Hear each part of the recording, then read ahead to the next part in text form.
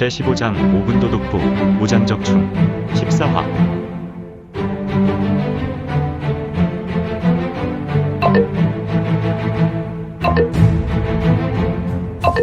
구독과 좋아요, 알림 설정 부탁드립니다.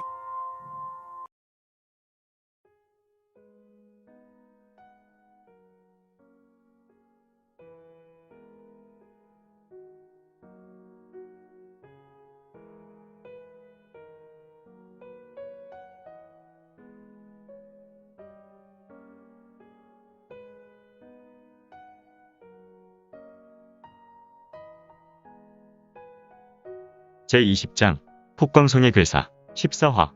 혼돈신화는 이제 마지막 시간이 되었다. 가장 중요한 것을 이건에게 베풀어 주려고 현현하였고, 혼돈신화는 마지막을 장식하기 위하여 자신의 모든 것을 짜내어 산화하고 있었는데, 이건아, 너는 잘 들어야 해.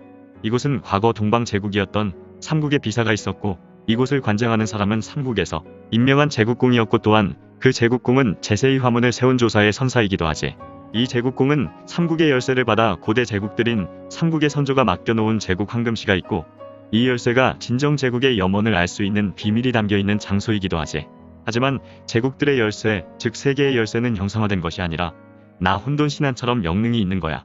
그러니까 이건 넌 이미 하나의 열쇠를 가진 것이며, 다른 두 가지는 다른 후예나 폭광성이 가지고 있을 거야. 그리고 중요한 것은 이곳에 머물렀던 폭광성 중에 상위 세 사람만 살아나갔으니 너는 그들을 추적해서 그들에게 제국공이 가지고 있었던 제왕시가 있는지 확인해야 할 것 같고, 또한 너는 이곳에 들렀던 후예가 또 다른 제왕시를 가지고 있는 것인지 확인하고 그들의 제왕시를 반드시 취해서 제국의 염원을 이루어야 할 것이다. 절대 쉽지 않은 명령이군. 내가 만약 이 운명의 굴레를 저버린다면 너와 나는 영원히 소멸이다. 그것도 여망의 품에 안기게 되어 영원한 고통을 포상받겠지. 냉정하군.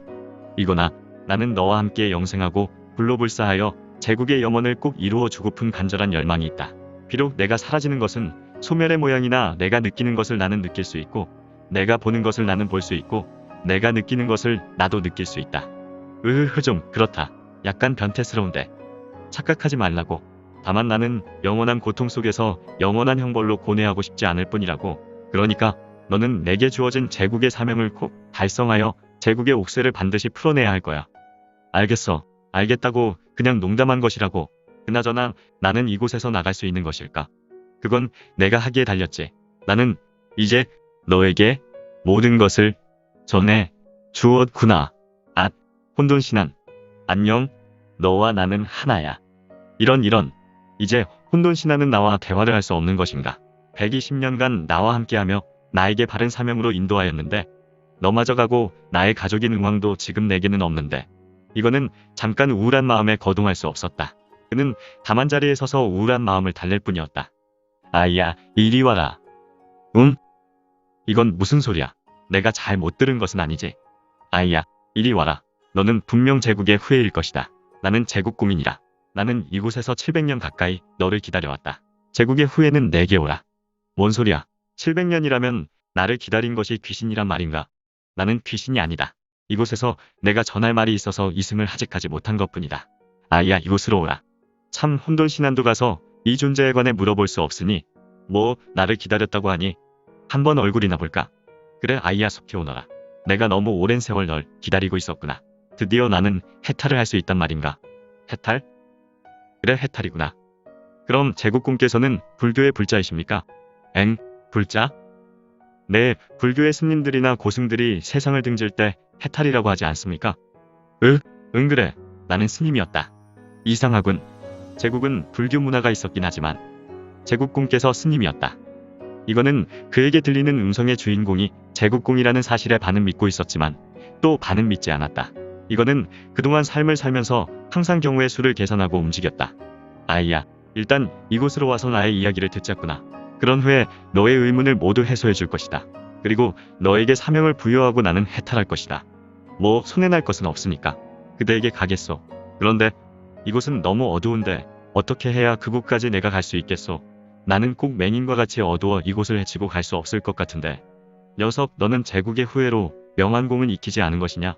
어떻게 이렇게 덜 떨어진 후예가 있을까? 무엇을 말하는 것이요? 명안공은 무엇을 말하는 것인지 모르겠습니다. 녀석, 정확한 명칭은 호국명항공이니라 옛 마라난타의 무전에 기록된 것인데 아무튼 설명하는 것은 기니까 그냥 내가 내게 일러준 구별을 따라 외우면 이는 연마하는 것이 아니라 술에 가까우니 그냥 따라 외우면 너는 눈은 이곳을 대낮과 같이 보게 될 것이다. 헐 그러한 무공이 있음도 듣지 못했는데 연마하지 않고 이곳을 대낮처럼 볼 수 있단 말인가요? 물론이다. 동방제국의 후예요. 동방제국의 무공은 단순히 무공만 전수되어 온 것이 아니라 동방제국의 은자들과 신령한 자들은 도수를 연마한 자들로 이 마라난타의 무전은 무공과 무술이 함께 기록된 것이다. 그 중에 내가 내게 구별로 전하고 따라 외우게 하는 것은 도술에 가까운 기회이니라. 하하하. 정말 신기하군. 그렇다면 제국공이시여 나로 속히 그 호국명항공을 외우게 하시고 이 답답한 어두움을 거두어 주세요. 따라하면 된다. 네? 스월라리. 힘줄일라오.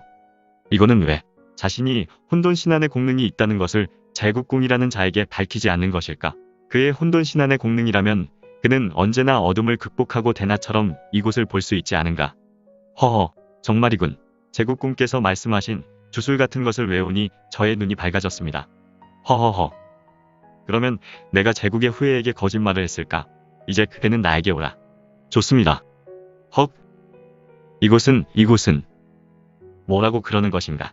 이곳이 어떻다는 것인가? 와 정말 대단합니다. 저는 중원에서 120여 년을 살아가면서 이렇게 멋진 곳을 본 적이 없습니다.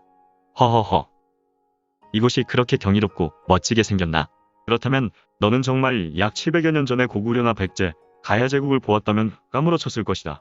이곳은 가장 찬란했던 삼국의 광영의 100분의 1에도 미치지 않으니 말이다. 헐 대박. 정말입니까? 제 고향 제국의 광영의 100분의 2에도 미치지 않는다는 것을 말입니다. 물론이다. 후예여 이제 오라. 네 알겠습니다. 그럼 찾아가도록 하겠습니다. 이거는 천천히 발걸음을 놓았다. 물론 그가 놓은 발걸음은 칠흑과 같은 어둠이 있는 곳이었지만 이건의 눈에는 바닥은 화강암 대리석으로 동방의 제국 삼국이 두루 사용했던 세상에서 가장 강력한 화강암 바닥판이었고 이는 정말 평평한 벽에 하늘 보듯 매우 고르고 판판했다. 또한 이 칠흑 같은 공간이 만약에 밝았다면 이곳은 정말 황제의 아방궁과 비교해도 무방하고 이는 단연 돋보이는 공간이었다. 비록 벽과 천장은 화려한 보석이 박혀 있었지만 오랜 세월에 곳곳이 떨어져 없어진 자리 외에는 인세에 볼 수 없는 화려함으로 매우 뛰어났고 세밀하고도 아름다운 조각과 수많은 부조가 기둥에 꾸며져 있어서 신비황홀의 극치가 있었으니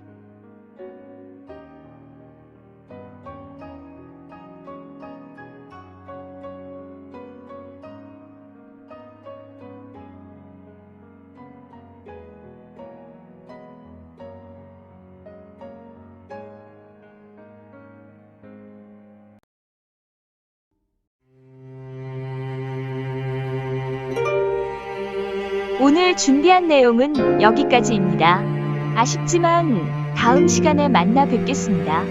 모두 건강하시고 최고로 멋진 하루 되세요.